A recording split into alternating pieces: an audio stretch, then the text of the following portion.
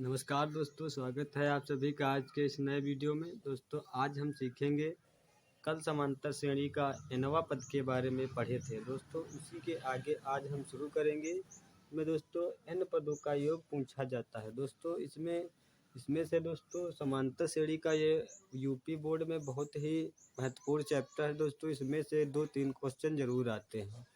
तो चलिए दोस्तों आज इस क्वेश्चन के बारे में, इस सूत्र के बारे में जानेंगे कि इस सूत्र का आज आप उपयोग पेपर में कैसे करेंगे।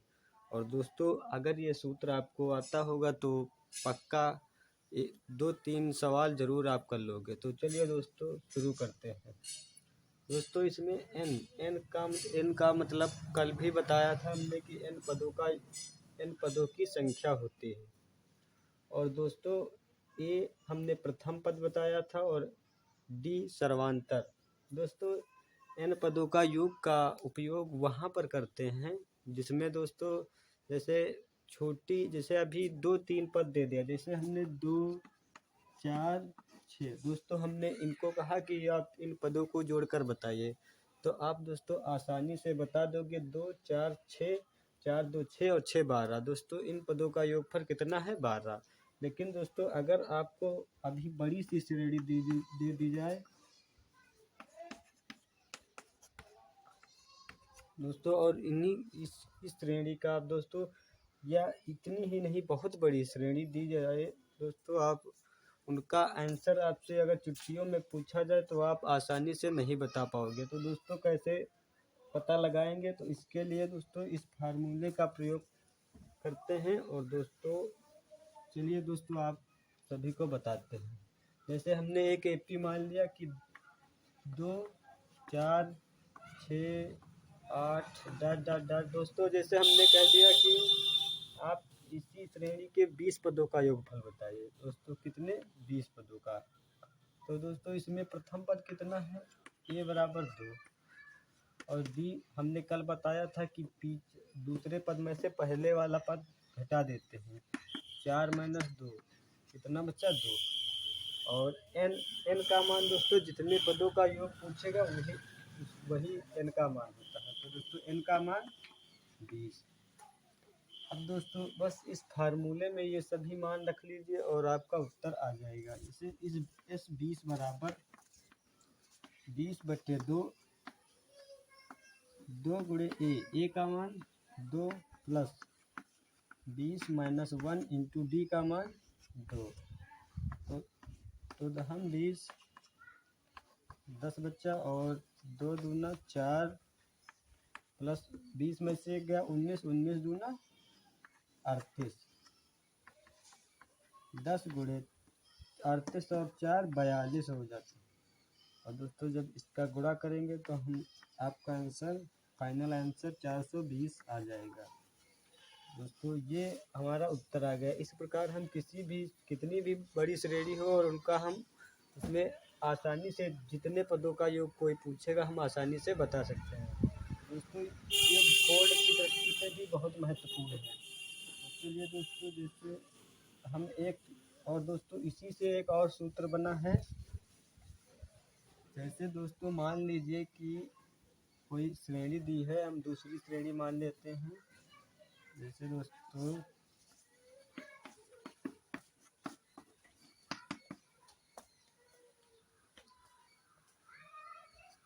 ये कोई श्रेणी दी हुई है, इसका हमने मान लिया कि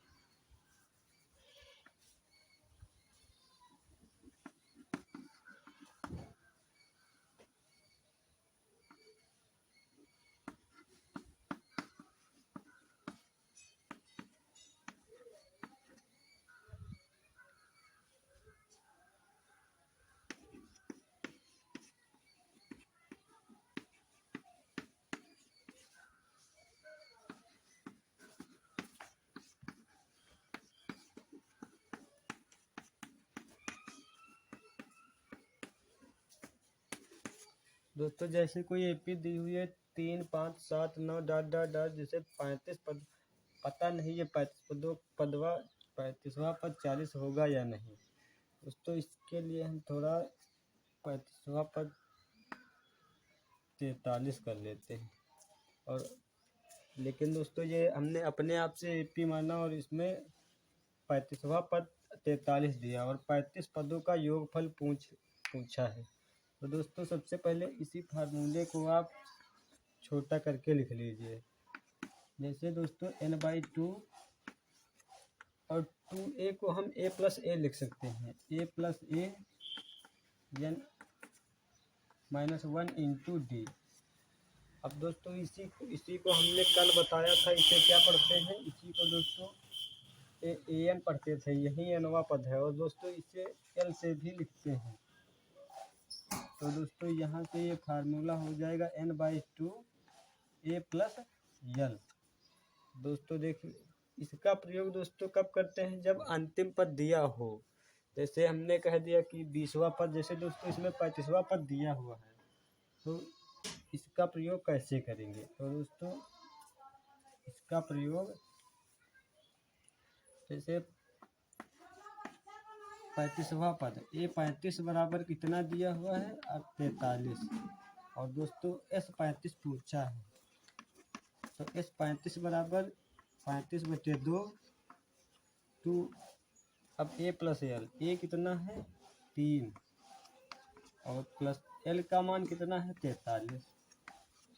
तो इस प्रकार 35/2 गुणे 43 3 46 और 2 से काट देंगे 23 बार में 23। अब दोस्तों 35 का 23 से गुणा करेंगे बराबर 23 पंचे 115 के 5 और 23 तिया 69 और 11 69 10 79 और 1 80 805 उत्तर आ जाएगा। और इसी प्रकार दोस्तों आप आगे भी 1-2 सवाल ट्राई करोगे, यह सूत्र याद हो जाएगा।